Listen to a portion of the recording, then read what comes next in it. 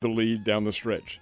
Detroit had a backup wide receiver by the name of Chuck Hughes, a pretty good player from UTEP, although it was still called Texas Western at the time. He had caught a pass earlier, and on one play late in the game, he was a decoy, went out, made the cut, pass wasn't thrown to him. Trotting back to the huddle, he went down to his knees, clutching his chest, and immediately fell down. And right there in front of Dick Butkus, of all people, and Butkus saw what was happening immediately and signaled to both sides, get in here now. This is an emergency. He was suffering what turned out to be a fatal heart attack on the field, and the postmortem showed that Chuck Hughes had about a 75 to 80% blockage of one of the main arteries, and nobody had detected it. So his was a legitimate, cardiac arrest, that is true, but his was an underlying situation that had caused his fatal circumstance. St. Louis Cardinals. St. Louis Cardinals in 1979 in training camp just in Earth City, I think, just outside St. Louis. Hot day late in July. Had a tight end from Colorado named J.V. Kane, who was a very, very good player. Died right there on the field, the practice field. He had Marfan syndrome, which is, again, a narrowing of the aorta, and that's a congenital situation. Third one that I remember very well is Hank Gathers, Loyola Marymount in 1991, and his episode, which was a cardiac arrest, happened right on television. Mm-hmm. Loyola Marymount, which had, you guys are too young to remember, but they had the highest scoring team in America, and they played no defense, none. I remember the one NCAA game, they beat Michigan 140 to 110 in regulation. Right. I mean, these guys are running up and down the court, and Gathers and Bo Kimball were among the best in the country. Now, eventually Duke shut them down, but they're playing a game in a conference tournament semifinal, and Gathers, who's a number one draft choice, big kid, tall, thin, great player, great scorer, started convulsing and fell to the floor, and he was having what turned out to be a fatal heart attack right there. Again, this was an underlying cause. In terms of the blow to the chest, no, I've not seen that happen in any kind of professional sports ever. It can happen, of course, mostly in baseball and hockey, but it can happen in football, although this certainly did not appear to be all that significant a blow when you take a look at it. That's why I wonder if maybe there isn't some kind of other cause. But again, we'll find that out. The bottom line is this. The young man is apparently going to recover and maybe regain full health. We certainly hope so. What's your thoughts on the way that all of it was handled? Well, you're talking about the media? Well, no, I'm not talking about the media. I'm talking about the NFL and, all of it. I mean, the NFL, ESPN, the coverage. What was your thoughts on it while you were watching it all unfold? The NFL had no option. When they said, when Joe Buck said, well, we're going to restart the game in 5 minutes, you've got to be kidding me. You can't restart something like this with a tragedy like that. You can't. Turns out that was a false piece of information. In terms of the NFL handling this and the formula they've come up with, I don't see anything wrong with it at all. I think it's the only logical choice they could have had. A championship game, if it does come down to that, and that's not a given. Buffalo Bills and Kansas City Chiefs, yes, neutral site. Cincinnati Bengals, Kansas City Chiefs, neutral site if it's a championship. But again, where do you draw? This is uncharted waters. You have to have an even field in many respects because these teams did play each other during the regular season. I think what's happened is the fair thing. If the Chiefs win today, they get the bye. And that's really a pretty good trade-off because a championship game is going to be at a neutral site if they play the Buffalo Bills. All of this is moot because we'll have to see what happens in the final weekend of action. In terms of the media coverage, well, hindsight is 20/20, so I'm not going to get into that. But let's just say I think it could have been a lot better. Well, it's a tough situation because, as you pointed out before we went on the air, most of these people are pretty scripted.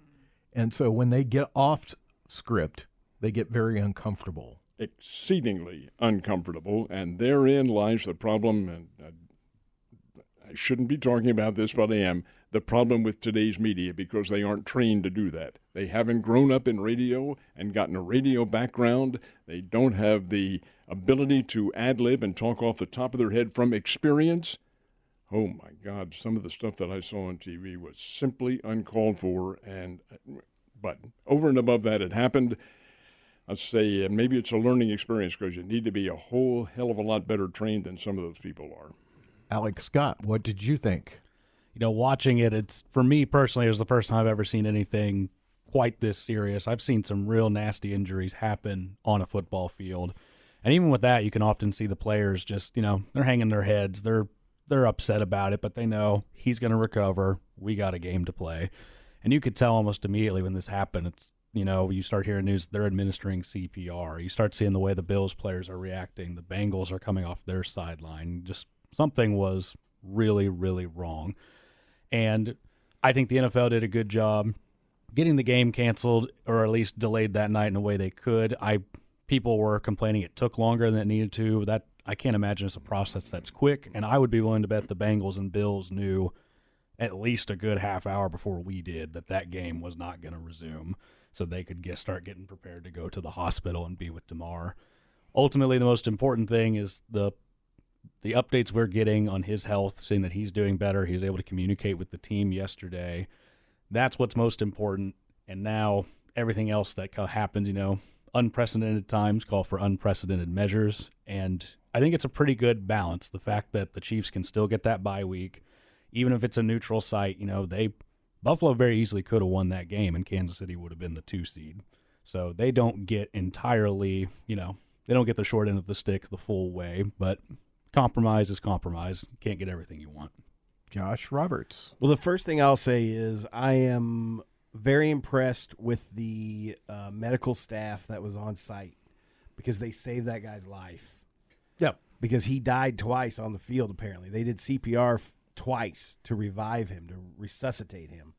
So that's amazing. So I give them kudos, credit, whatever. Give them all raises. Somebody posted on the internet, the people making the least amount of money on that field saved somebody's life tonight. So, and medical personnel, these guys, they stand on the field hoping nothing happens, but when it does, they were there fast, they saved his life, they got him to a hospital. All of them should be commended. The players and the coaches, I'm impressed with the way that they conducted themselves, and they were the ones that said this game is not going to continue, from what I understand. I'm not saying that the NFL was adamant about starting the game again, but the coaches themselves said it's not going to happen. So I think that's important to realize that they all realized they were in a situation that was so much more dire than playing a game that they were able to let it go. And then as far as the NFL handling things post, I'm satisfied with that. It is a compromise, and I think it's the fairest compromise that they could come up with. I agree with you there, Ned. And I think that there was no other situation that could be laid out that would be fair enough. So I think they did great there. Just a bit of an addition to what you said, and I hear you're absolutely right about the trainers on the field and all that.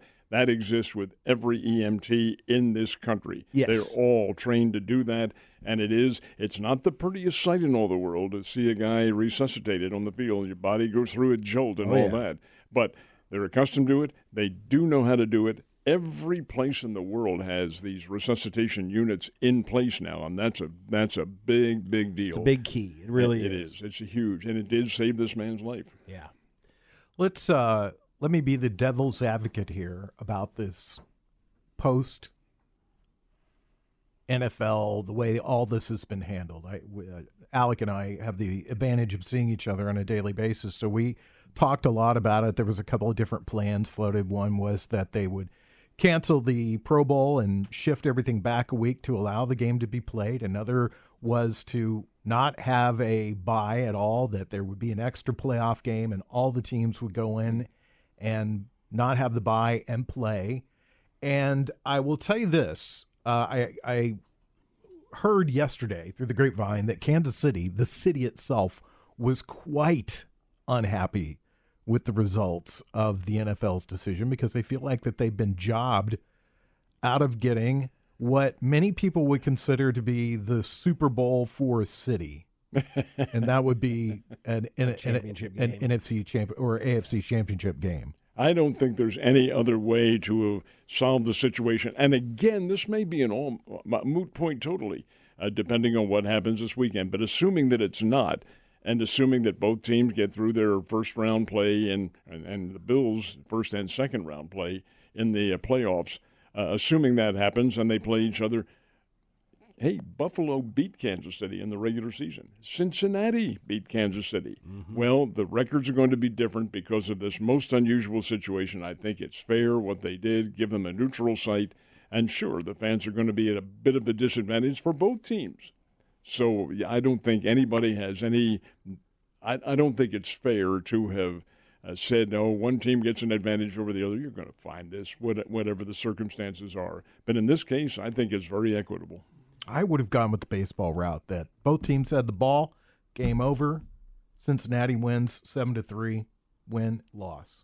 Well, except that there's 3 quarters still to go. Well, it's just that way with the baseball game, though. If you get past a certain point, it is a game, but they don't have that determination rule in football. It's 5.5 innings in baseball until you get into critical situations where Major League Baseball does have the authority. Incidentally, canceling that Las Vegas Pro Bowl thing, I think the NFL is exceedingly reluctant to do that because they put a lot of money in Las Vegas. Mm-hmm. It's a showcase for the National Football League. The Pro Bowl game this year is a flag football game. Let's just get rid of that. Which is bogus in its own right. But you do have a lot of people who've spent a lot of advertising money out there, and then to have that go away, I think they're exceedingly reluctant to do that.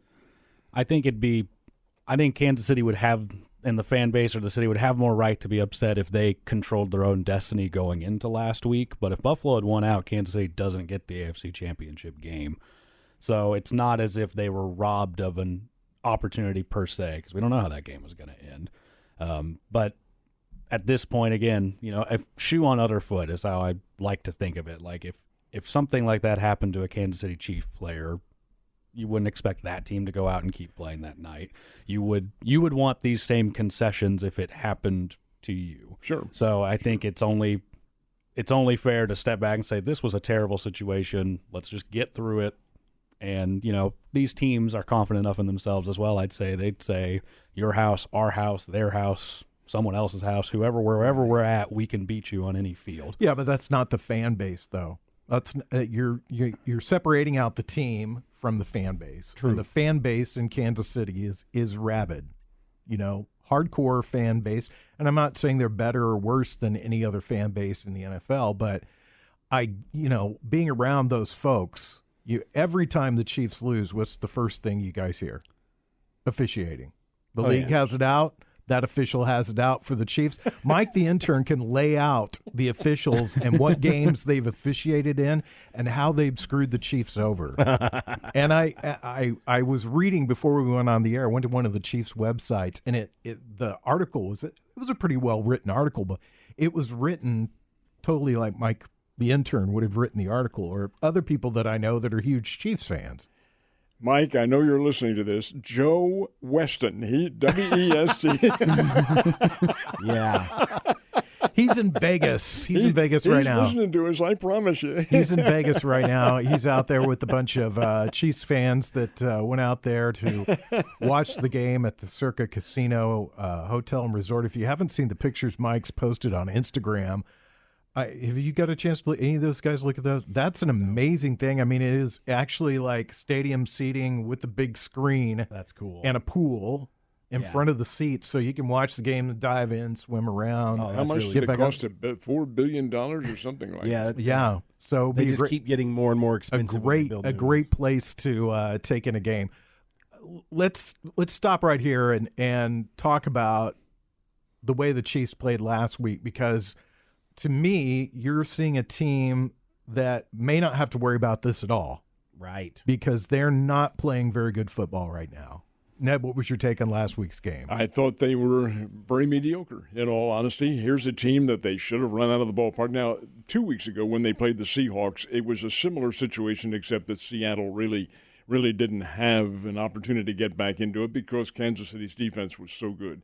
Broncos, different story. Broncos came in, and I think Nick pointed this out very well. Divisional rivalries, throw it out the window because anything can happen. And what is today's game? Division rival. Division rival. And a despised division rival by both sides.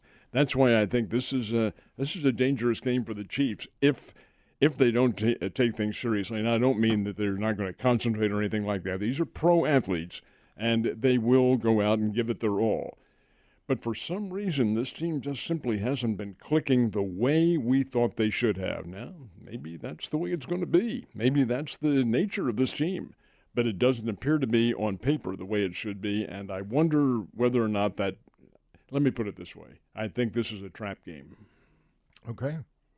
All right, Alec, your thoughts? Did you watch the game at all? I didn't get a chance to. I was driving back from Columbia last weekend when the game was on, but I was following everything that was happening. And, the theme here of the past month has typically been, what opponent are they playing? Doesn't matter. It's going to be a tight game. It comes down to, though, winning games, finding ways to win games. That's what good teams do. Even if, you expect it to be a blowout, you expect it to be, ugly for the other side. That's what you'll want to see. You want to see a dominant performance. But this Chiefs team so far just hasn't been able to find that. And, part of that could be what the defense is doing. Part of that could be working through things on their own end. That being said, I would be worried. Today's not a gimme, but if you need a motivator, win, and you get that bye week, I think this would be a good time for them to showcase and get back to what they know they're made of. Josh? Well, we've been talking about this the last few weeks.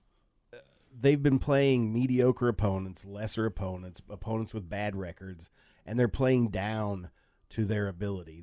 These games are close because the Chiefs are not performing at the level that they've performed this season.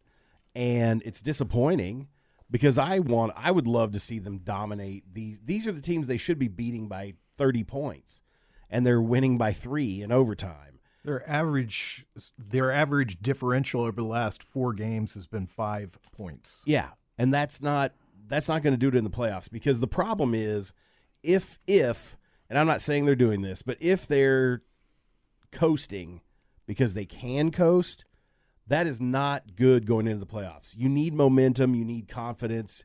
It's just like we talk about in baseball. The team that plays hot going into the playoffs often gets deep into the playoffs because of that momentum. These guys don't have any momentum going into the playoffs right now. And the only thing they have to play for today is to get that first round bye, which I hope that's important enough to them. But the Raiders are here to disrupt. That's what the Raiders-Chiefs rivalry is. It's disruption. It's chaos. And that's what the Raiders do, and they do it well. Well, the Raiders are we've said this last year. We'll probably say it again next year. Raiders are in disarray right now. Josh McDaniels been a little bit of a disappointment as the head coach. He's not come and changed the culture right away like everybody wants to see. Derek Carr, his time in Las Vegas is apparently over. They've turned the page to a new quarterback temporarily. I would think that they will probably be in play for maybe a trade or a draft pick in the off season. And you would think they really don't have much to play for, but as we've all talked about, it is a divisional game, and it's important to some level. What do you think we'll see from the Raiders today? I think you'll see a determined effort by the Raiders. It is playing at home. They're not playing for anything. This is it, the final game for the Raiders at Allegiant Stadium, Allegiant Field. But the fact of the matter remains that this is not all that bad a team. Now, you say they haven't played to what the expectations are, and that is true. They have not, but they have also had catastrophic injuries on their defense. And their defense, folks, is one of the poorest in the NFL. That's why I think the Chiefs come out throwing the ball today, because the defensive backfield they're going up against is not among the best. I look for perhaps a high-scoring football game today. The Chiefs may be forced to score, but because I think the Raiders can. Stidham had a great game against the San Francisco 49ers, one of the top defensive teams in pro football, overtime game last week.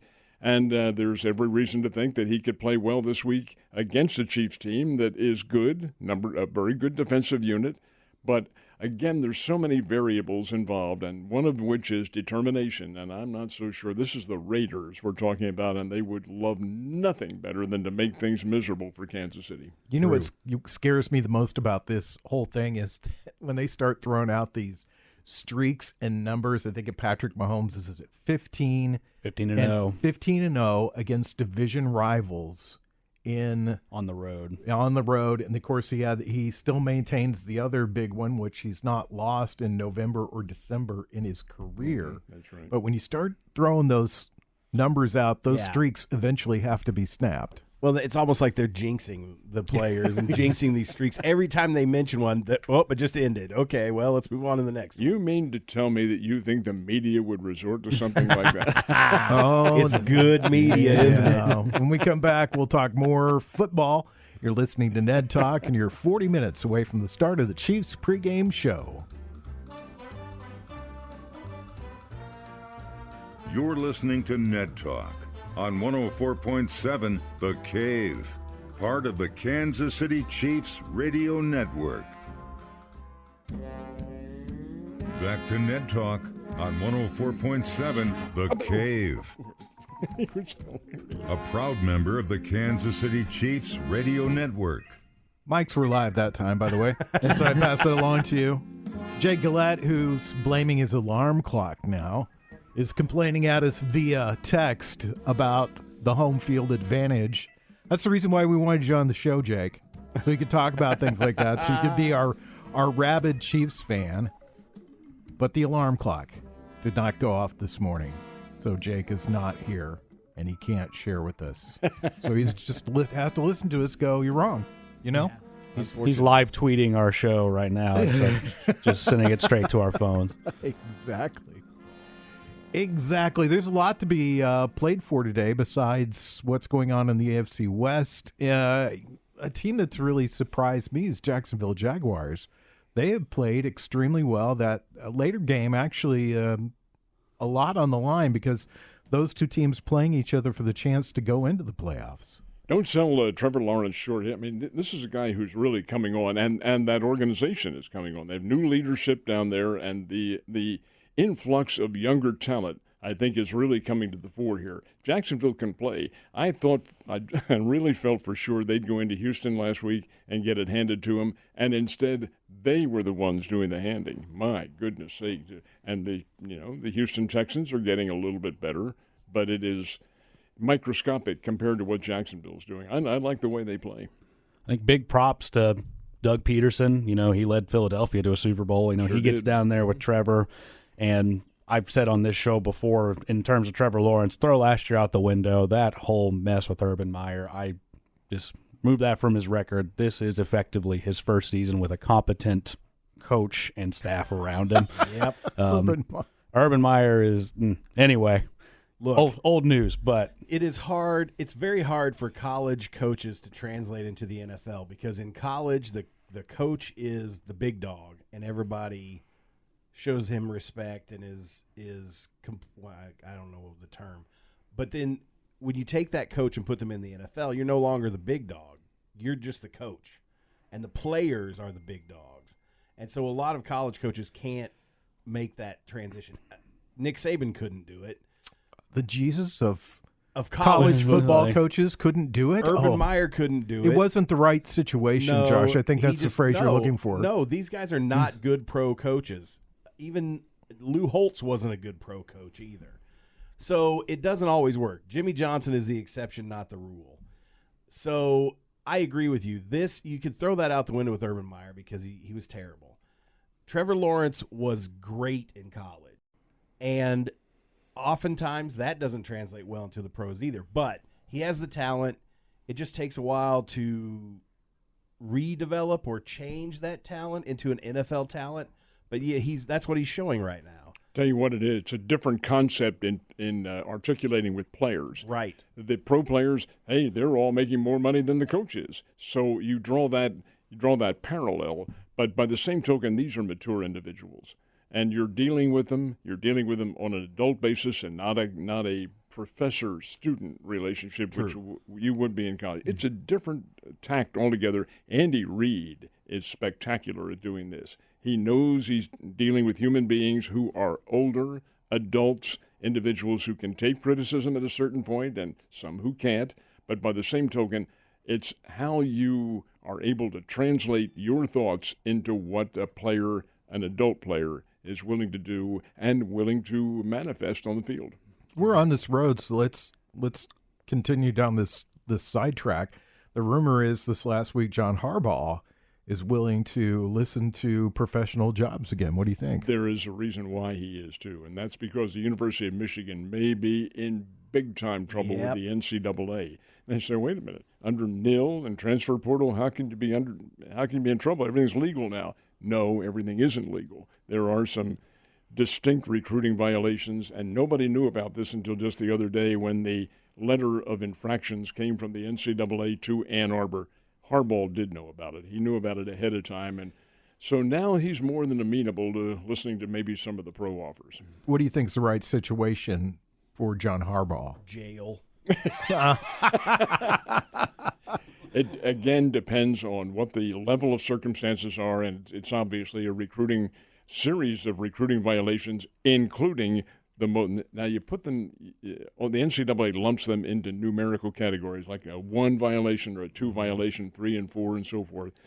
The number 1 is the most serious, and Harbaugh himself, according to the reports, has been issued a number 1 violation or several 1 violations on, I think it's unethical conduct or something like that. But whatever it is, they are damning violations. If proven to be the case, OUT. John Harbaugh, do something wrong like that? Hey, I think you find the inverse to be true, too, when you're dealing with guys who go from the NFL, because Harbaugh had a lot of success in the NFL. True. He wasn't a popular guy with his team, and that's the reason why he's not in the NFL anymore. And he left because that San Francisco team that he coached was very good. They're one of the best defensive teams I've seen in a long time because they were really good at tackling, which is an art that's lost in football these days. Mm-hmm. He went to Michigan. It's taken some time to get that program on its feet, but you do often see these guys who go from the NFL to college that they have difficulty with all the rules. Well, and rightfully so, or understandably so, because that rule book is so very complicated. It's a volume. My goodness sake, I have a friend here in town who's a retired investigator from the NCAA. He says, my gosh, you can't believe all the numbers of rules and so forth and so on. Many of them, in fact, probably the multitude of them, excuse me, are limited in their violation. But there are some that are very serious, and apparently, at least judging by the reports, the ones issued against Michigan are of serious consequence. So any thoughts from any of you? What would be a good situation other than jail or prison for John Harbaugh? Which team rings out to you that's going to be looking for a coach in the offseason? I think we kind of need to see where the chips fall with, Sean Payton. I think as they call it, Sean Payton and what do they call it, Black Monday in the NFL, this upcoming Monday, where our jobs are going to get lost. But, there's a track record in college for sanctions approaching towards a school and the coach deciding now's a good time for me to, see Carroll. Urban Meyer. Urban Meyer. So bringing this conversation back around. But exactly. I want to see what options are open to him. I think, one way or the other, I think Jim Harbaugh can coach. I think he had a good team in San Francisco. He's got this Michigan team. They maybe have not lived up to it some years, but they've been competitive.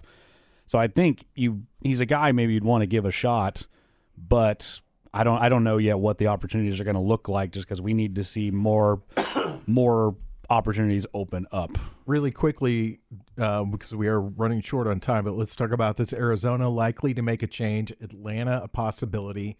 Carolina, a possibility. New Orleans, a possibility. Don't see anything happening in Green Bay or Detroit, possibly Chicago. I don't see anything happening in the NFC East. I think all those coaches are safe. Denver, obviously, that's a team that's going to be looking for a new coach. Houston, Indianapolis, I don't think Jeff Saturday gets that job. What do you guys think? Probably not, because he was an interim to begin with. The Arizona one, I think, does open up. Cliff Kingsbury really hasn't. Of course, they've had injury problems, too. That's been one of their big problems, but you overcome that in the NFL. It's part of the game. and they haven't been able to do so. I think they're probably looking to replace him. Kingsbury, I think that'd be a plum job to have with the Arizona Cardinals because, in my opinion, they have a lot of talent. Denver Broncos obviously going to make a choice, in my opinion. And who knows, there may be some others along the line. But again, you don't know the variables that are involved with each team. But the ones that you just named, Joe, I think are probably legitimate candidates. I could see the AFC South being hit hard because Houston, Indianapolis, Tennessee all might make changes. Yeah. And I think Houston going into this year, Lovie Smith was a known deal. I think Lovie was only going to be the head coach for 1, maybe 2 years, and they're looking at that number 1 pick. So if you like that quarterback that you could take at number 1 and are in for a rebuild, that could be an appealing spot. Harbaugh played for the Bears and for Indianapolis, so I bet he goes to one of those two if he goes anywhere. Interesting. We'll see how it plays out. Monday will be a rather interesting day. When we come back, we'll talk about the national championship game, which is coming up on Monday. Ned Talk, 104.7 The Cave. You're listening to Ned Talk on 104.7 The Cave, part of the Kansas City Chiefs radio network. Back to Ned Talk on 104.7 The Cave. A proud member of the Kansas City Chiefs radio network. 17 minutes away from the start of the Chiefs pregame show, a little over an hour and a half away from the start of the Chiefs and the Raiders from Las Vegas. Mike, the intern, has posted some beautiful photos on his Instagram page of the Circa Casino and Resort where he's hanging out, watching the game with some other Chiefs fans today. A lot to talk about. I wish actually we got on the air a little bit earlier because we do have so much to talk about today. I don't think we're giving anything a good service. There's so much going on. College basketball. There's baseball stories still to be talked about. There's a ton of football we could talk about, but the national championship game is coming up on Monday. TCU, Georgia. And what do we think? What's your thoughts? Well, Texas Christian has played very well. They're a Cinderella team, yes, but they're a very, very good Cinderella team, and I don't think midnight has struck for them yet. The point spread in this one is 12.5 points in favor of Georgia. Boy, I'm taking those points, guys. I think that's no, the game's going to be a lot closer than that, in my opinion, and I wouldn't sell a TCU win short in this one. Nice victory against Michigan. Michigan's a good team. Harbaugh has himself a very good team. I was very disappointed in their O-line, which was supposed to be the best in America. It looked like the best in America when they played New Year's Eve. But by the same token, Max Duggan and TCU is a really solid football team in every respect. Sonny Dykes has done a great job with this team. They're good, and I predict a winner, but they will give, in my opinion, Georgia a very tough time. Alec, your thoughts? You know, I would agree with you there. I do think TCU has shown. Now there was a lot of question of can they hang with the quote unquote big teams, the big guys, and they showed up and they showed that they can do that against they can move the ball, I think, against just about anybody. That offensive, their skill players, their O-line can stand up to it, and that's going to be the big test though, because Georgia's defensive line runs deep with NFL talent. They presume potential number 1 defensive player. One of their defensive tackles coming out of there, and then plus many more. I mean, last year that defense had, I think, 10 guys drafted, and all they did was come out and have the number 1 defense. So that team has depth. That team has experience. Fun fact for this week that I saw is that Stetson Bennett is as old as Josh Allen, which is a crazy thing to imagine that he's still playing. Oh, wow. He's been around there for a while, guys. But you can't, and while on the one hand, that probably says he might not have an NFL future per se. On the other hand, that experience carries a lot. He's been here before, and they're not going to be intimidated by the stage. But again, 12.5 points, that's too much. This game's going to be tight, and I think we're going to have it's going to be a good one. I think both these teams are going to show up. Josh? Let me beg to differ here. He's going to stand up on his soapbox. Let me get on my SEC soapbox for a minute. I don't think that point spread is too big. I think Georgia will dominate this game. TCU, I'm very impressed with their play. They don't deserve to be in the Final Four because they lost their championship game, but whatever. They didn't want to drop them out, so they put them in, and they made good. They beat a really good Michigan team, like you said. They deserve to be in the national championship. But Georgia is Georgia. Like you said, Georgia has the experience. Kirby Smart is a defensive guru. He was at Alabama. That's why their defense was so good. He has carried that over to Georgia. Georgia will dominate this game because the game against Ohio State was their eye-opener. It was too close. They didn't dominate. They had to come back to win. This is going to be a blowout. Not only did they not dominate, they almost didn't win the game. It's a Right. 1-point game. Was it 45-44? I think that's what it was. You yes. mean to tell me? And they had to come back to do that. You're going to tell me that Georgia has a great defensive team and Ohio State put 44 points on the board against them? Yes. Now, come on, Josh. Ohio State's not that good. I know. I Ohio think Georgia, State's not that good. but I think Georgia has looked like a flawed football team. Earlier this year, everybody said best team in college football, perfect football team. They're going to repeat again. You're not seeing that at the end of the season, though. I'm saying it now though. Okay, so here's the thing. Yes, the season was rough on them. They had to fight to get where they are. They played had some teams close as games. opposed to Ohio State and Alabama. Right. Right. I mean, Georgia had a tough schedule. Ohio State didn't. TCU didn't. Now, Michigan didn't. now. But anyway, just mark my words here. Georgia will dominate this game. What's the final score? I'm going to say 42-20. What's your pick? I think Georgia will win it, but I'm going to say something in the effect of maybe 42-38, somewhere around there. Alec? We need one TCU guy on the show, right? So I'm going to go ahead and throw my hat in with the Horned Frogs, but I think it will also be high scoring because that's the nature of college football nowadays. It seems to be, unless it's two SEC teams meeting up because those sometimes stay low. That's true. I'm going to go ahead and say it's going to be 48-42 TCU. I'd take TCU 51-42. Okay. And Wow. so what's the over-under on the time of the game? Four and a half hours? Thought you were going to ask the score because 62 in the score. Yeah, because of all the network commercials that you're going to have in there. Well, and just so much scoring causes those games to be so much longer. It'll be longer. Now, I'm always gonna shocked by how going long. on record again, and I've said this before, the best team is not playing. The best team down the stretch. Now, I know Roll Tide. Roll Tide, guys. Alabama is really I know they Thank had you, 2 Ned. losses on the year and all that sort of thing, but they took apart a very, very, very good Kansas State team. They Took 'em beat the apart. number 10 team in the nation. Whoop-de-doo. Okay. Whoop-de-doo. The number 2 team in the number 2 team in the nation lost to. But they beat them earlier in the year. Okay. And with 6.5 minutes to go in the basketball game, 7 Alabama is beating the tar out of one of the storied teams in America, Kentucky, 68-41. You've got to be kidding me. What is this? When we come back, we'll have our picks for today's game. It's Ned Talk on 104.7 The Cave. You're listening to Ned Talk on 104.7 The Cave, part of the Kansas City Chiefs radio network.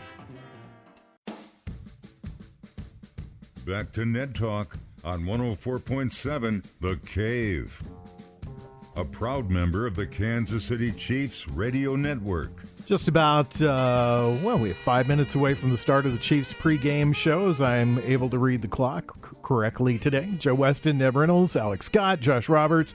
Quickly, Ned, I didn't hear this story. Bobby Petrino, well, that's a new record for him leaving a job, isn't He was it? there for about a week and a half, maybe 2 weeks at Nevada, Las Vegas, and yeah. And now, again, having said that, you're like, what on earth? This may have all been prearranged. I don't know. I don't know any of the innards involved with this. But, yeah, he's now the new offensive coach at Texas A&M for a whole lot more money than he was going to make at UNLV. That's why I say he may have gone in with the understanding, hey, look, I may take another job. It's still in the offing. Do you still want me? Yeah, just in case it doesn't happen. Again, it's a guess. I don't know that. But the bottom line we do know is that he was out there at UNLV from December the 15th until January 2nd or 3rd, whenever this broke. Hope he didn't buy a house. I'm going to say it's horse feathers because I can't say what I really want to say. Does his wife even unpack? I mean, It's ridiculous. She may not have even moved. They may still be here. They're still here. Yeah. Bobby, just please give me a heads up. I mean, he must get like Christmas gifts from moving companies. All right, it's time for our picks, and we are going to start with Mr. Reynolds. What is your pick for today's game? Well, we've been downplaying the Chiefs all show long, and I'm not going to do that. I do think Kansas City wins the game, wins their season finale, and then gets the first-round bye. May not be easy because I think the Raiders are going to go out and stick them as hard as they can, but I'm not sure the Raiders have the overall strength to be able to withstand a Patrick Mahomes attack. I do think the Chiefs come out throwing the ball as opposed to running it and playing a conservative game. I think Kansas City wins, and I'll say Chiefs 34, Raiders 28. Before we get on to the rest of the picks, let's just bring everybody up to date on the latest Chiefs news, too, because this is important. Harrison Butker will not play in the game today. Matthew Wright, who kicked for the Chiefs earlier in the season, will be back, and he will be doing the kicking duties today. I think he did a decent job with the Chiefs before. Actually, I think everybody said that they feel like there's something wrong with Harrison Butker. Joe Tooney is questionable for today's game. McCole Hardeman is questionable for today's game. Sky Moore is already out. 2 players have been brought up from the taxi squad. So that's a little more information. All right, with that knowledge now, the new kicker in the ball game, instead of 34-28, 35-28 will be the There you go. All right, Alec, what about you? Yeah, I think this is going to be a close game. I think the only thing that motivates a team more than their own success is watching their rival's failure. And if you would get that opportunity to play spoiler, they're going to relish in that. But I think the better team wins as long as they can withstand and contain Josh Jacobs. Then I think they come out on top. I think too much offense for Kansas City, and they do end up winning. I'm going to say 31-23. What's the point spread? It is 9.5. In favor of Kansas Chiefs. City? Mm-hmm. Oof. Woof. I'm going to say the Chiefs win. This is radio. We need to. Yeah, I know. I'm trying to. The Chiefs are going to score 42. Is 42-30. 42-30. You think they Wow. cover the They're spread? going to cover the spread because nobody thinks they will. I think the Chiefs will do less than 30 points in this game because they've done less than 30 for quite a while here. They've 30 or less the last 3 games. But, Joe, just as a point, if they're under 30 in this game, they stand a chance of losing it. Well, I think 30-12. I really do. I think the Chiefs. I think the Chiefs defense will play a little bit better today. I'm still really concerned about how they play defensively because one week they look like a dominating kind of defensive football team, and the next week they look like Swiss cheese. Mm-hmm. So be interesting to see how it all plays out. Kickoff for the game's right around 3:15, and the pregame show starts in about a minute. And I want to say thanks to you guys for being here. Ned? Can I throw in one quick word? One quick word. Quick one. Our best Art Haynes. Yes, always our best Art Haynes. That goes without saying each and every week. We don't know when we'll be on next week or if we'll be on next week. As soon as we find out, Mike the intern and Ned Reynolds will pass that along to you. They do the morning show together. They have the news updates at 7:20 and 8:20, and the Ned's with us throughout the day. Josh, Alec, thanks for being here. Thanks to Nick Fury, Corbin Campbell, Mike the intern, and Brian Tyndall. Enjoy the game on 104.7 The Cave.